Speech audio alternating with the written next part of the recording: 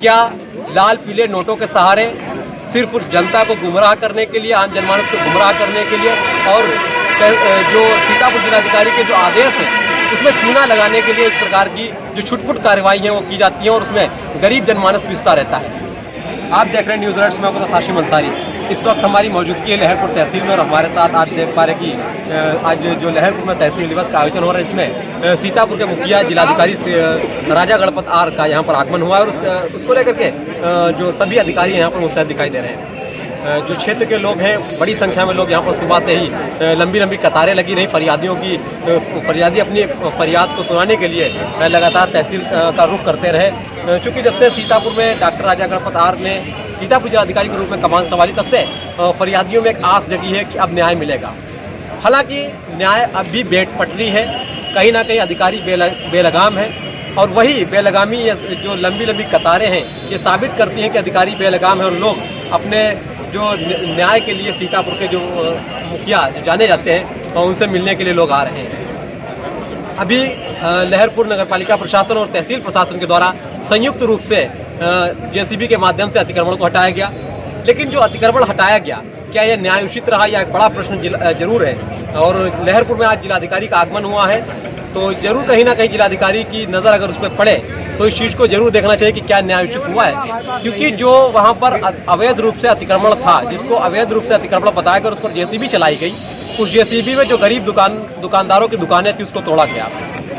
दुकानें तोड़ने के बाद वहीं पर पास में ही नगरपालिका प्रशासन और तहसील प्रशासन के द्वारा एक वेंडिंग जोन बनाया गया है जो कि PWD जो की सीमा है उस सीमा के भीतर है। एक तरफ गरीब दुकानों की दुकानें तोड़ी जा रही, दूसरी तरफ जो वेंडिंग जोन है वो सीमा के अंदर बनाए जा रहे हैं। तो ये कहाँ से उचित होगा? क्या लाल पीले नोटों के सहारे सिर्फ जनता को गुमराह करने के लिए, आम जनमानस को गुमराह करने के लिए और जो सीतापुर जिलाधिकारी के जो आदेश है उसमें चूना लगाने के लिए इस प्रकार की जो छुटपुट कार्रवाई है वो की जाती है और उसमें गरीब जनमानस पिसता रहता है।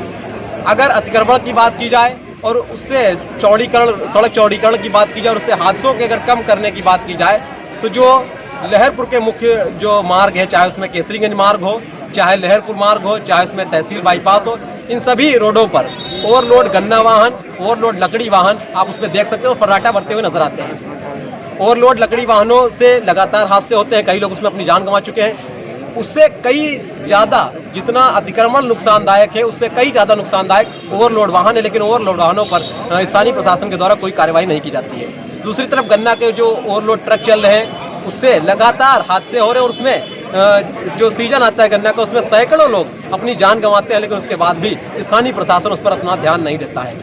अगर स्थानीय प्रशासन ओवरलोड वाहनों पर लगाम लगाने में नाकाम साबित हो रहा है तो कतई अधिकार स्थानीय प्रशासन को नहीं होगा कि गरीब दुकानदारों के साथ दोहरा चरित्र अपनाते हुए दोहरा व्यवहार किया जाए। सहयोगी रियाजुद्दीन अंसारी के साथ हाशिम अंसारी, न्यूज़ अलर्ट्स लहरपुर।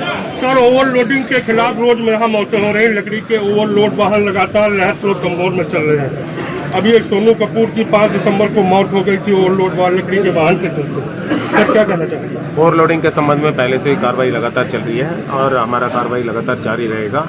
और गन्ना का जो पेराई का सीजन भी है और साथ में जो लहरपुर में लकड़ी का लेके मतलब समस्या है और एसडीएम और सीओ को स्पष्ट निर्देशित किया गया जहाँ जहाँ ओवरलोडिंग था उसका जुर्माना के साथ आवश्यक कार्रवाई, कड़ी से कड़ी कार्रवाई करने के लिए निर्देशित। सर ओवरलोड गन्ना वाहनों पर लगाम नहीं लग पर इसके कारण से लगातार मौतें हो रही हैं। गन्ना का जो ओवरलोडिंग और ओवर हाइटिंग के संबंधित मामला है, इसका हाइट गाज लगाने के लिए निर्देशित किया गया और बाकी सभी गन्ना क्रय केंद्रों में हाइट गाज लगाने के लिए निर्देशित